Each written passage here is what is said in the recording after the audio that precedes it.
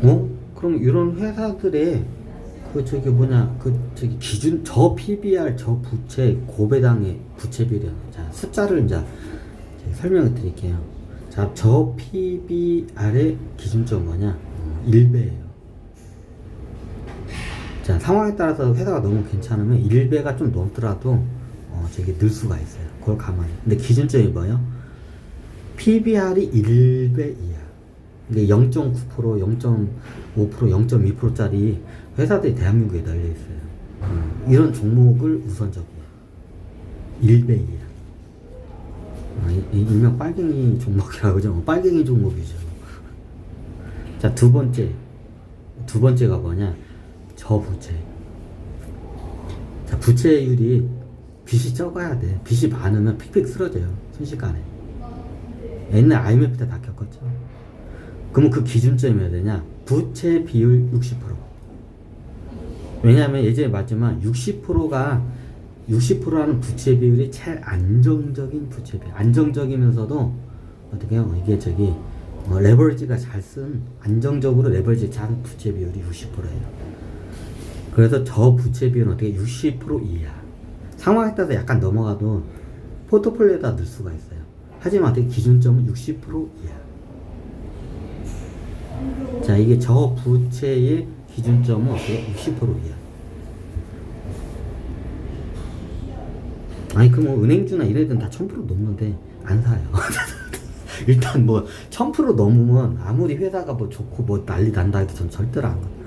나중에 그런 회사들이 이런 공황시기에 다 도산해요. 지켜봐. 내 말이 맞나 틀리나. 저기 막 1000%에 가까운 회사들 수두룩해. 아직 우리나라에 있어요. 몇백 프로짜리 회사들 많아. 자, 공황시기에 이런 회사들이 먼저 도산을 해요. 손 들어 먼저. 왜? 빚이 원체 많기 때문에 회사가 좀 약간 적자를 조금만 보잖아요. 부채 비율도 보면 순식간에 자본주의식 순식간에 일어나요. 이런 회사들의 특징. 부채 비율도 보면서 자본 잠식이 되면 어떻게 해요? 상태를 당하게 돼요. 나중에는 어떻게 해요? 도산을 하게 돼 있어요. 자, 지켜봐봐. 이제 몇백 프로, 1000% 가까이 되는 종목들 많아, 대한민국에. 나중에 그 회사들 내가 다놓고 장담해요. 이제 공항에 이제 큰 쓰나미가 한번 밀어와요. 그때 다 도산해. 이제 또 산업은행에다가 우리 살려주세요, 대한민국 정부 다 살려주세요. 이제 하고 이제 막 SOS 신청해. 이제 그때는 어떻게 다 못 살려. 그냥 죽게 뜨면 놔둬야 돼요. 죽일 애들은 죽여야 돼요. 종목들은. 괜히 그런 거 살려주잖아. 얘네들이 나중에 또 살려줄 거라 생각하고 그 지랄 또 해. 방망 경영을 해요. 부채도 방망 경영을 하고 경영도 방망 경영을 해요. 그럼 어떻게 냐 이럴 때 불황이나 공황 때 어떻게 돼요? 그런 회사들이 정리가 돼야 돼요. 그래야 어떻게 자본주의 국가인 대한민국이 어떻게 건전해져요. 그런 저기 불량한 회사들을 도와주잖아요. 또 그 지랄해. 그럼 어떻게 다 세금을 메꿔야 되고 그 회사 경제 그 대한민국 경제가 어떻게 파탄에 이르게 되는. 도산시켜야 할 때는 그때 확실히 도산을 시켜야 돼. 어정쩡하게 걔네들 도와주면 어떻게 나중에 그 지랄 또 해. 안 바뀌어. 사람도 안 바뀌지만 회사도 안 바뀌어. 그게. 내가 보니까 그래. 그럼 그런 회사는 어떻게 돼? 도산시켜야 돼 진짜로. 그럼 언제 도산시키냐? 이런 공황 주기에 됐을 때 과감하게 다 그냥 이렇게 죽게끔 놔둬야 돼. 이제 조금만 있으면 이제 저기 부채비율 높은 회사를 다 도산한다고 이제 다 난리 날 거예요. 그래서 부채비율 높은 회사 건들지 말라는 거야 내가. 그럼 어떤 회사들이 살아남냐? 탄탄한 회사들이 잘 살아남아. 그럼 어떻게 해요? 부채비율이 빚이 거의 없는 거야. 빚이 너무 없는 것도 문제이긴 하나 부채가 거의 없다시피 하는 회사다. 부채비율이 60% 이었죠. 이게 딱 적당해. 60%가 안정성과 그 레버리지 효과가 딱 이게 하는 게 크로스가 되는 게 60%예요. 그래서 은행에서도 여러분들 아파트 담보 대출을 할 때 60%를 갖다가 시가의 60%를 대출을 해주는 이유가 이것 때문에 그래. 그게 안정적이기 때문에. 담보비 60%는 이유가 그 이유야. 나중에 80% 나중에 담배비율 80% 90% 올라간다는 거는 그 문제가 있는 거야. 나중에 은행이 원금 띄어요. 그렇게 빌려주면. 적당한 게 60%예요. 은행이 나중에 뭔 일이 있어도 원금을 띄지 않는 담보 비율이 딱 60%예요. 이게 아파트가 10억이면 6억을 빌려줘야 그게 맞아. 그래야 은행이 어떻게 돼? 부실해지지 않아. 이게 60%의 법칙이에요. 부채비율은 이게 60%의 법칙이에요. 은행이 안정적이면서도. 똑같아요. 회사도 부채를 질 때 60%의 부채 비율을 져야 안정적이에요. 이제 올라가면 올수록 어떻게 돼요? 조그마한 충격, 외부 충격이 어떻게 돼요? 회사가 도산을 해버려요. 그래서 기준점 60%다 드는 거예요. 자, 그 다음 고배당. 자, 배당금이 많이 주면 좋아. 근데 그게 어떻게 갈지 몰라. 그럼 어떻게 하냐? 이게 채권 쪽하고 이걸 비교를 해야 돼요. 그래서 여기서 저 PBR은 1배우고 저 부채비율은 60%가 어지간하면 안 바뀔 거예요. 거의 이게 고정적으로 가는데 고배당은 지금 제가 4%로 써놨어요. 이거는 이제 그때그때마다 틀려져요. 왜 4%냐? 현재의 채권을 투자하는 사람 관점 입장에서 기준점이 4%예요. 제가 봤을 때는 4%예요. 자, 뭐냐?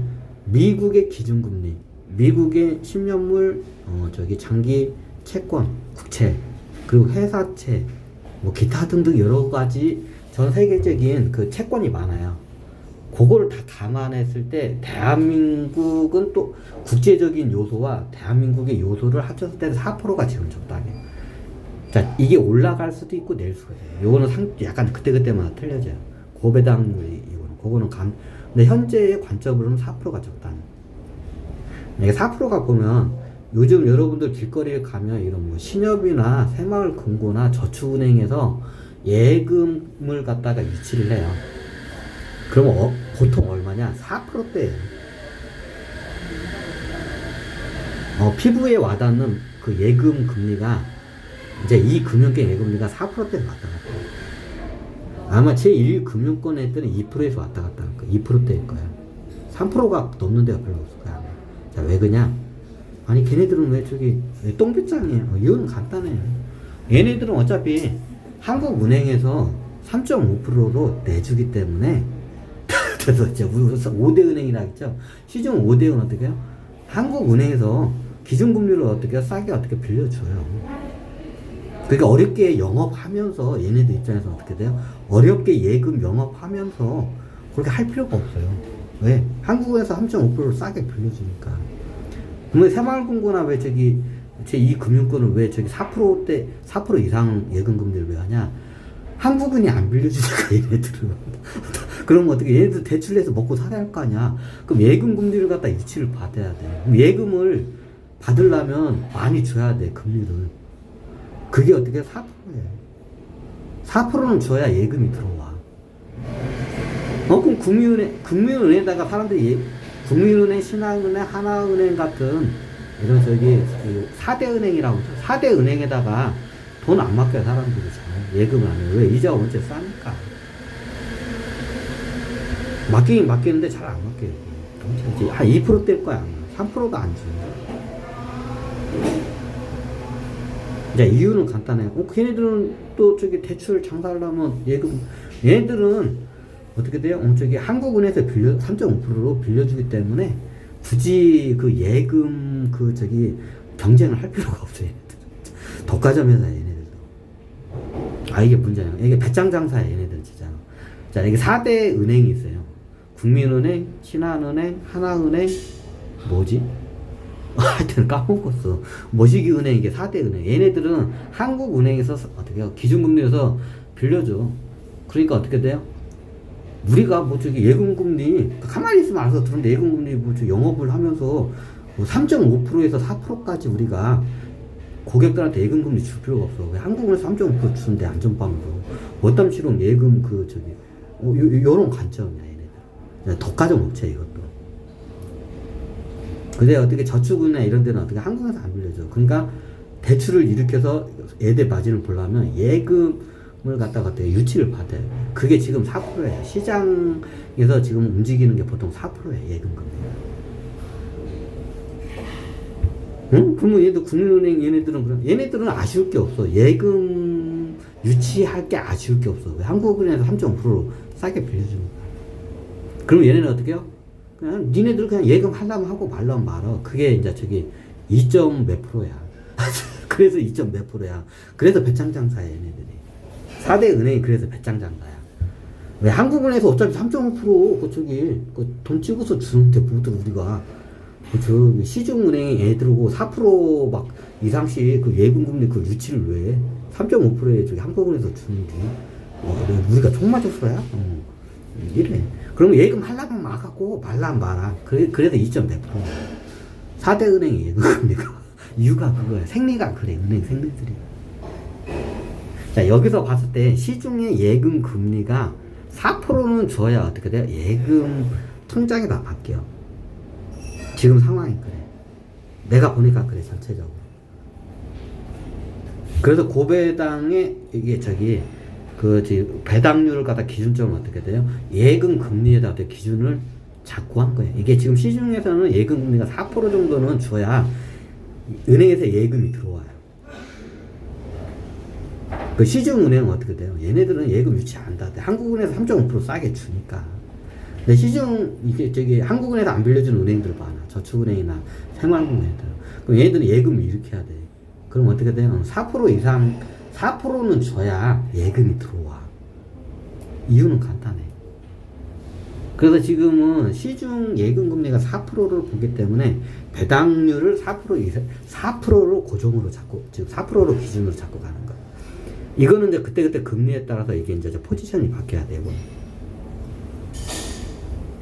이해가 되셨죠? 자, 지금 현재 2024년 8월 14일 기점으로 이걸 가요. 이 세 가지의 충족이 되는 종목들 이제부터 어떻게 해요? 자, 시총가 1위가 삼성전자죠. 1위부터 어떻게 돼요? 시총가 어떻게 해요? 1조 원까지 내가 싹 한번 다 훑어볼 거예요. 코스피, 코스닥이 어떻게 해요? 시총가 1조 원 이상을 한번 싹 훑어볼 거예요. 이제부터. 자, 여기에 이제 들어와 있는 종목들은 어떻게 해요? 지수와 계좌에다가 하나씩 될 거예요. 자, 그걸 갖다 여러분들과 같이 한번 지켜보겠습니다.